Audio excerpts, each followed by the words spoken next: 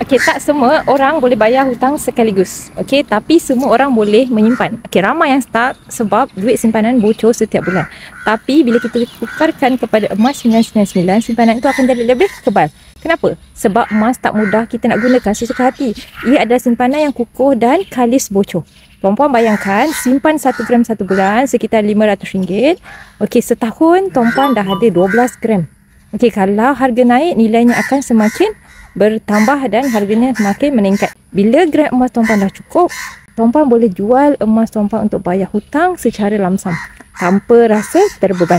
Ini bukanlah cara cepat untuk kaya, tapi ini adalah cara diam-diam kita nak bebas daripada hutang.